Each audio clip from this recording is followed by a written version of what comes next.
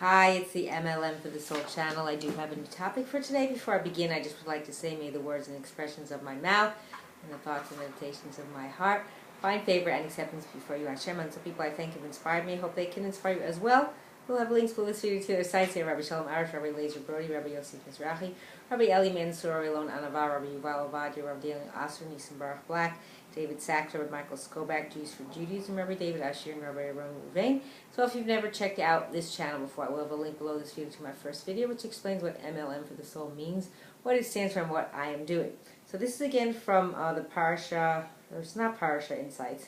Excuse me, I correct myself. This is from Rabbi Eli Mansour, but it's talking about Shabbat HaGadol, which is the Shabbat that is coming up next week. So I wanted to talk about that. So, so in the Shulchan Aruch, it discusses the special Shabbatot, as we say, that precede Pesach, and the different halachos that apply to them.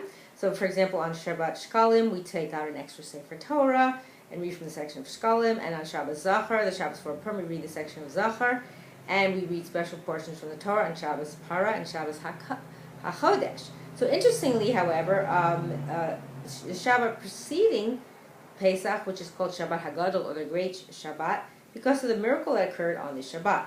So even though there's no specific halacha that's associated with it, there's no special reading from a Sefer Torah, and there's no special prayers. And yet, this Shabbat is considered special, and it's called Shabbat HaGadol. It is true that there are several customs observed by some communities on the Shabbat. For example, many synagogues read a special Haftarah on the Shabbat, but this is not required according to the strict halacha. Some Ashkenazim read portions of the Haggadah on Shabbat HaGadol, but this too is just a custom. And in fact, the Vilna Gaon was opposed to this practice. Why? I don't know. This doesn't say. So the Chida, which is Rav Chaim Yosef David Azulai, suggests that perhaps the halachic implications of the status of Shabbat HaGadol relates to greetings extended to one another on the Shabbat, instead of greeting one another with the usual greeting of Shabbat Shalom. The Chida suggests that perhaps one should instead extend this greeting, extend the greeting, Shabbat HaGadol Shalom, and the other should then respond, Shabbat HaGadol Shalom U'Mivarach. Still, it remains unclear why the point of mentioning Shabbat HaGadol if there's no actual halacha that applies to it.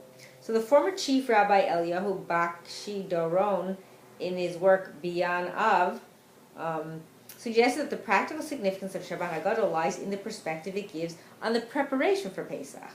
On the Shabbat before the Exodus, which was the 10th of Nisan, Bnei Yisrael were instructed to prepare a sheep for the Karban Pesach, which was slaughtered 4 days later on the 14th of Nisan, in full view of the Egyptians who worshipped sheep as avodah zarah. Bnei Yisrael took a lamb and tied it to their bedpost, and they even explained to the Egyptians what they were doing, that this animal be sacrificed to Hashem. The Egyptians wanted to kill the people for desecrating their deity, but Hashem performed a miracle and made them powerless to cause Bnei Yisrael any harm. Made them powerless, excuse me. So Baksi-Doron noted that this miracle differed fundamentally from the 10 plagues. The 10 plagues were brought directly by Hashem, whereas the miracle of Shabbat HaGadol came about through the people's courage. It was through their preparations for the mitzvah that a miracle happened. And the fact that Hashem performed the miracle during the preparation for the mitzvah 4 days before the actual performance of the mitzvah is very significant.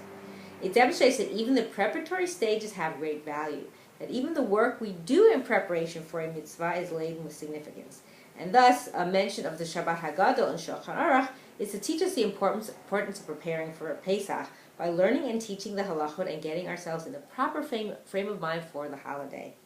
The miracle of Shabbat HaGadol teaches us that it is not only the mitzvah itself that has value, but also the work we invest beforehand, preparing ourselves for the performance of the mitzvah. So we have to remember that. Sometimes there is preparation for a mitzvah, you know,